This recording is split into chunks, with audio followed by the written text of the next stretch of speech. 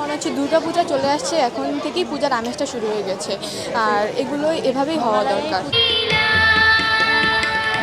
অনুষ্ঠানে এসে আমার খুবই ভালো লাগছে। এই অনুষ্ঠানটি আমাদের মনে উদ্দীপনা ও ধর্মীয় ভাব জাগায়। আমি চাই এই অনুষ্ঠানটি প্রতি বছরই আয়োজন করা হোক। আমার খুবই ভালো লাগতেছে। আমিও এখানে কম্পিটিশন করতে এসেছি। আমি এখানে নাচতে পেরে আমি খুব ধন্য। আর আমি প্রথম এখানে আগমনের সাজে নাচতে এসেছি, আমার খুব ভালো লাগছে। সত্যি কথা বলতে গেলে মহালয়ার পরপরই ভোলাতে এমন একটা প্রোগ্রাম, এটা সত্যি একটু অভাবনীয় একটি প্রোগ্রাম বলা চলে। মিহিরলাল সাহা মাঠ কর্তৃক এই প্রোগ্রামটা একটু থেকে আস্তে আস্তে এত বড় হবে, এটাই আমরা আশাবাদী। সত্যি কথা বলতে গেলে এত সুন্দর ছোট ছোট বাচ্চাদের গান নাচ শুনতে সত্যিই ভালো লাগে।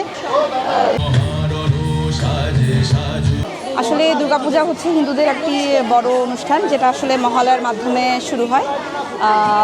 এবং আমরা সনাতনীর পক্ষ থেকে এবার এই প্রথম আগমনী গান এই ব্যানারে এবার একটি প্রতিযোগিতার আয়োজন করা হয়েছে। অলরেডি এই প্রতিযোগিতা চলমান রয়েছে স্বর্গীয় মিহিরলাল সাহা মাঠে।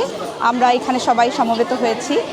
কিছুদিন পরেই ষষ্ঠীর দেবী বন্দনার সাথে সাথে আমরা দেবী দুর্গার আরাধনায় মত্ত হব।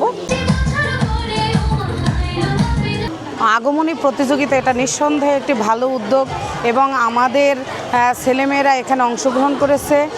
আর ভবিষ্যতে আমি আশা করব যে এটা আরও বড় পরিসরে হোক, যাতে করে এই প্রোগ্রামটা আমরা সারা বাংলাদেশের সনাতনীরা যেন এই ব্যতিক্রমী আয়োজন থেকে তারা উদ্বুদ্ধ হয়। বাংলা গানে আগমনী গান একটি স্বতন্ত্র ধারা, একেবারেই নিজস্ব তার একটি স্বতন্ত্র বৈশিষ্ট্য রয়েছে। আগমনী গানের ভিতর অসংখ্য ভাগও রয়েছে, যেমন টপ্পা রয়েছে, বিধুবাবুর টপ্পা, রামপ্রসাদই রয়েছে, একেবারে গ্রামের লোকজ দুর্গা আগে ছিল খুব দুর্গা চরক, দুর্গা স্তুতি। এই যে ধারাটা এটা ফিরে আসুক, প্রজন্ম শিখুক, প্রজন্ম জানুক।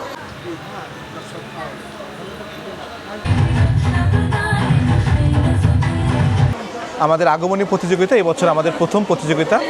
স্বল্প সময়ের মধ্যে আমরা প্রতিযোগিতা আয়োজন করতে পেরেছি, হয়তো অনেক ভুল ত্রুটি আমাদের হয়েছে। তো এবার আমাদের আগমনী প্রতিযোগিতায় আগমনী গানে প্রতিযোগিতা আছে প্রায় 55 জন এবং আগমনী নৃত্যে আছে 70 জনের মতো। তো পরবর্তী বছরে আমরা চাই আমরা আরও অনেক বড় পরিসরে আমাদের আয়োজনটা করতে পারি। সকলের কাছে শুভকামনা।